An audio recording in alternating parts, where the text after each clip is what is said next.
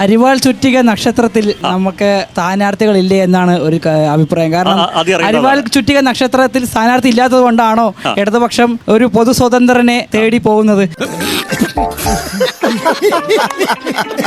കേരളത്തില് വിവിധ തെരഞ്ഞെടുപ്പുകളിൽ വിവിധ നിയോജക മണ്ഡലങ്ങളിൽ അതാത് മണ്ഡലങ്ങളിലെ രാഷ്ട്രീയ സാഹചര്യത്തിന് അനുസൃതമായി സ്വതന്ത്ര സ്ഥാനാർത്ഥികളെ വിവിധ ചിഹ്നങ്ങളിൽ ഇടതുപക്ഷ ജനാധിപത്യ മുന്നണി മത്സരിപ്പിച്ചിട്ടുണ്ട്. അത് ഭയങ്കരം തന്നെ. പലയിടങ്ങളിലും അപ്രതീക്ഷിതവിധം എല്ലാ കണക്കൂട്ടലുകളും തെറ്റിച്ചുകൊണ്ട് അത്തരം ഇടങ്ങളിൽ മുന്നേറ്റം ഉണ്ടാക്കുന്നതിന് വേണ്ടിയും കഴിഞ്ഞതിന്റെ ചരിത്രം നമ്മുടെ മുൻപിലുണ്ട്. അതിനൊന്നുമില്ലേ? അതുകൊണ്ട് തന്നെ ഞങ്ങൾ ഈ നാടിന് ഏറ്റവും സുപരിചിതനായിട്ടുള്ള പാലക്കാട്ടെ ജനങ്ങൾക്ക് മുൻപിൽ പരിചയപ്പെടുത്തലിന്റെ ആവശ്യമില്ലാത്തൊരു സ്ഥാനാർത്ഥിയാണ് പൊതു സ്വതന്ത്രനായി അവതരിപ്പിച്ചിട്ടുള്ളത്.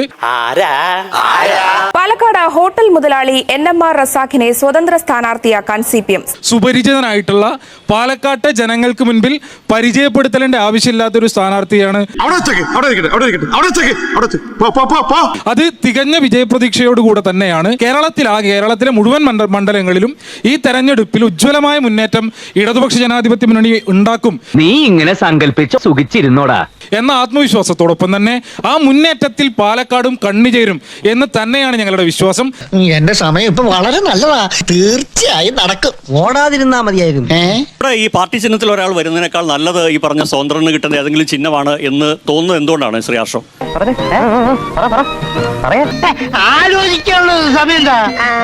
ഇല്ല, ഒന്ന് ഞാൻ സൂചിപ്പിച്ചു, സ്ഥാനാർത്ഥി പാലക്കാട് നിയോജക മണ്ഡലത്തിലെ മുഴുവൻ ആളുകൾക്കും സുപരിചിതനാണ്. ഇതിൽ കൂടെ നീ എന്താ വേണ്ടേ?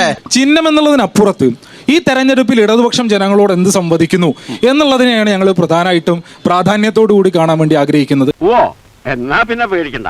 കേരളത്തെ കഴിഞ്ഞ 10 വർഷ കാലയളവിനിടയിൽ എങ്ങനെ ഇടതുപക്ഷ ജനാധിപത്യ മുന്നണി മുന്നോട്ട് നയിച്ചു എന്നുള്ളതിനെ സംബന്ധിച്ചാണ്.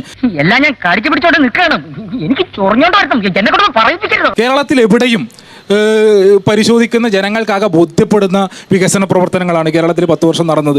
ഈ നാടിനകത്തെ ജനങ്ങളെ സ്പർശിച്ചു കടന്നുപോയിട്ടുള്ള വികസന പ്രവർത്തനങ്ങളാണ്, ക്ഷേമ പദ്ധതികളാണ്. ഒരുപാട് തള്ളി ഞാൻ കണ്ടിട്ടുണ്ട്, ഇതുപോലൊരു തള്ളി ഞാൻ കണ്ടിട്ടില്ല, കേട്ടിട്ടുമില്ലേ.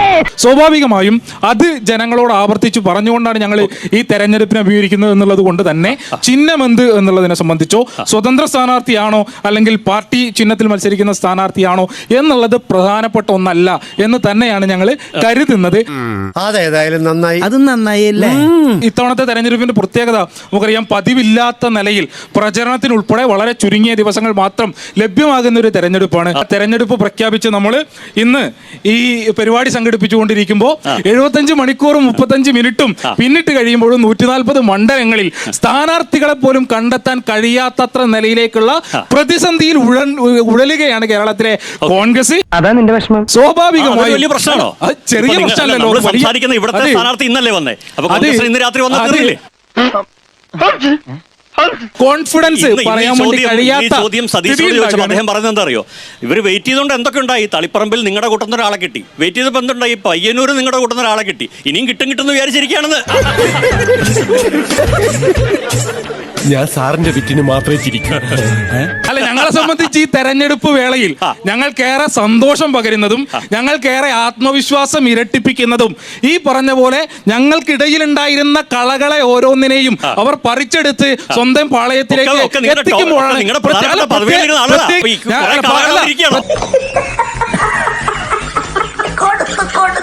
പാലക്കാട് ജില്ലക്കകത്തെ ഇടതുപക്ഷ ജനാധിപത്യ മുന്നണിയുടെ പ്രവർത്തകരെ സംബന്ധിച്ച് അവരുടെ സംഘടനാ പ്രവർത്തനത്തിന്റെ കാലയളവിൽ ഇത്രമേൽ ആഹ്ലാദത്തോടെ ആത്മവിശ്വാസത്തോടെ തെരഞ്ഞെടുപ്പ് പ്രവർത്തനത്തിന് നേതൃത്വം കൊടുത്തൊരു കാലം ഉണ്ടാവില്ല. പറഞ്ഞ വിശ്വസിക്കൂ? ഇല്ല, വിശ്വസിക്കില്ലേ? എന്റെ മതി, നിന്റെ ചായ കുടി. അഹങ്കാരി എന്താ നീയൊക്കെ? ഏറ്റവും വലിയ പാലക്കാട് ജില്ലയിലെ ഇടതുപക്ഷത്തിനകത്തുണ്ടായിരുന്ന ഏറ്റവും വലിയൊരു കളയെ, ഏറ്റവും വലിയൊരു വേസ്റ്റിനെ അവർ കൊണ്ടുപോയി സ്വന്തം കൂടാരത്തിൽ.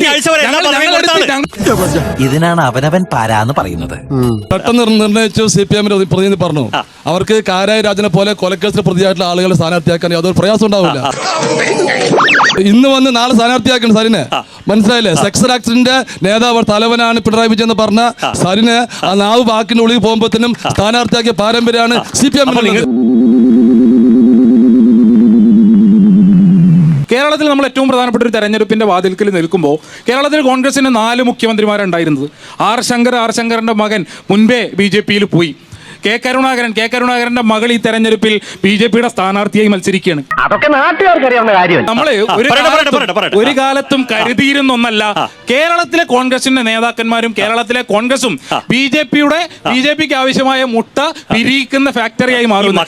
ഒരുമാതിരി ചൊറിഞ്ഞു വരുന്നുണ്ട് നിന്റെ വർത്താനം കേട്ടിട്ട്. ആ നിലയിൽ കോൺഗ്രസിന്റെ മുഖ്യമന്ത്രിമാർ, കേരളത്തിലെ മുഴുവൻ കോൺഗ്രസിന്റെയും മുഖ്യമന്ത്രിമാരുടെ വീടുകളിൽ നിന്ന് BJPക്ക് നേതാക്കന്മാരെ ഉണ്ടാക്കിയെടുക്കുന്ന അവസ്ഥയിലേക്ക് കേരളത്തിലെ കോൺഗ്രസ് മാറിയെന്ന് കോൺഗ്രസിന്റെ നാല് മുഖ്യമന്ത്രിമാരുടെ കുടുംബത്തിൽ നിന്നും BJPക്ക് നേതാക്കൾ ഉണ്ടായ അവസ്ഥയിലേക്ക് കേരളം മാറി. പക്ഷെ അതിനേക്കാൾ അപകടമല്ലേ നിങ്ങളുടെ രാഷ്ട്രീയം ഉന്നയിച്ച് MLA ആളുകൾ തൊട്ടടുത്ത ഇലക്ഷനിൽ മറിചേറി പോകുന്നത്? നേരത്തെ സൂചിപ്പിച്ചു കുടുംബ രാഷ്ട്രീയം എന്നുള്ള നിലയിലേക്ക് സൂചിപ്പിച്ച് ഇദ്ദേഹം 3 പേരുകൾ ഉന്നയിക്കുന്ന നിലയുണ്ടായി. ഒന്ന്, ഈ പറഞ്ഞ DYFയുടെ മുൻ അഖിലേന്ത്യാ പ്രസിഡന്റ് ആയിട്ടുള്ള PM മുഹമ്മദ് റിയാസിന്റെ പേര്. അദ്ദേഹം കേരളത്തിനകത്ത് വിദ്യാർത്ഥി പ്രസ്ഥാനം മുതൽ നടത്തിയിട്ടുള്ള രാഷ്ട്രീയ പ്രവർത്തനം എന്തെന്നുള്ളതിനെ സംബന്ധിച്ച് ഈ നാട്ടിലെ ജനങ്ങൾക്ക് ബോധ്യമുള്ള കാര്യമാണ്. ഈ പാലക്കാട് മണ്ണകത്ത് വെച്ച് പാലക്കാടിന്റെ തൊട്ടപ്പുറത്ത് കിടക്കുന്ന മണ്ഡലത്തിനകത്താണല്ലോ UDFന്റെ സ്ഥാനാർത്ഥിയെ പ്രഖ്യാപിച്ചപ്പോ പാലക്കാട് MP-യുടെ ഭാര്യ നിയമസഭയ്ക്കകത്ത് സ്ഥാനാർത്ഥിയായി കോങ്ങാട് വരുന്നത്. കോങ്ങാട് കോൺഗ്രസിന്റെ പ്രവർത്തകരല്ലേ? പോസ്റ്റർ ഒട്ടിച്ച് ശ്രീകണ്ഠനെതിരായിട്ട് കോങ്ങാട് പ്രവർത്തകരില്ലേ എന്ന് ചോദിച്ചു. പാലക്കാട് എന്താ പ്രവർത്തകരില്ലേ? ഇവന്മാരുടെ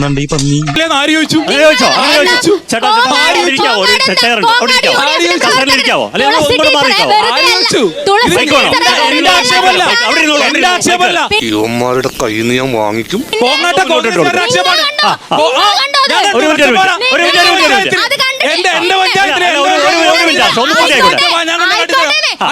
ദൈവമേ, മൂർഖനെയാണല്ലോ ചവിട്ടിയത്. ഇവിടെ നിങ്ങളുടെ ഫ്ലക്സുകൾ വരുന്നുണ്ട്. അത് പുറത്തേക്ക് വരാത്ത ഞങ്ങളുടെ കുറ്റമല്ല. നിങ്ങളുടെ ഫ്ലക്സുകൾ നിങ്ങളുടെ ആൾക്കാർക്കും ഇതുപോലെ പല പ്രശ്നങ്ങളുമുണ്ട്. എന്താ നിങ്ങൾക്ക് ഇവിടെ പാലക്കാട് സ്ഥാനാർത്ഥികളില്ലേ? പണിയെടുത്ത LDF-കാരില്ലേ? SFI-കാരില്ലേ? CPM-കാരില്ലേ? ഇത് തന്നെ ഒറ്റപ്പാലത്ത് പെട്ടി ചുമന്ന കോൺഗ്രസ്സുകാരില്ലേ? പറഞ്ഞാലും ഞങ്ങളുടെ കോങ്ങാട്ടെ സ്ഥാനാർത്ഥി DCC കമ്മിറ്റിയിലുള്ള അംഗമാണ്. LDF-ന്റെ സ്ഥാനാർത്ഥി ആരാണ്? പുതിയതായി വന്നതല്ലേ? പിന്നെ നാണക്കെടുത്തി. ഒറ്റ കാര്യം മാത്രം ചോദിക്കട്ടെ. ഇപ്പൊ തുടക്കത്തിൽ ഈ രാഹുൽ മാങ്കൂട്ടത്തിലുമായി ബന്ധപ്പെട്ട പല കാര്യം ചോദിച്ചല്ലോ. ഇവിടെ ഈ പുതിയ സ്ഥാനാർത്ഥി വരുമ്പോൾ കഴിഞ്ഞ സ്ഥാനാർത്ഥിയുടെ എന്തെങ്കിലും തരത്തിലുള്ള പ്രശ്നങ്ങൾ നിങ്ങൾക്ക് എന്തെങ്കിലും ബുദ്ധിമുട്ടാവാൻ സാധ്യത? കഴിഞ്ഞ സ്ഥാനാർത്ഥിയുടെ പേഴ്സണൽ പരമായിട്ടുള്ള പ്രശ്നങ്ങൾ ഞങ്ങൾ ഇവിടുത്തെ പാലക്കാട്ടെ ജനങ്ങൾക്ക് നോക്കേണ്ട കാര്യമില്ല. അങ്ങനെ നോക്കിയിട്ടുമില്ല പാലക്കാട്ടെ അല്ല, ഞാൻ ചോദിക്കുന്നത് നിങ്ങൾക്ക് അങ്ങനെ കോൺഫിഡൻസ് പ്രശ്നം ഉണ്ടോ ചോദിച്ചതേ ഉള്ളൂ. ഇനി ഞാൻ കീച്ചാം. എല്ലാ സ്ഥാനാർത്ഥികൾക്കും കയ്യിലിരിപ്പുണ്ട്. ഇല്ലാന്നൊന്നും പറയാം. ഞങ്ങൾ ഇവിടെ ബിരിയാണി വിളമ്പിക്കൊടുത്ത് വോട്ട് പിടിക്കാൻ ഉദ്ദേശിക്കുന്നില്ല. കിട്ടേണ്ടതൊക്കെ കിട്ടിയല്ലോ, സമാധാനമായല്ലോ. എന്നാ ഞങ്ങൾ അങ്ങ് ഇറങ്ങട്ടെ. ആയിക്കോട്ടെ, സന്തോഷായി.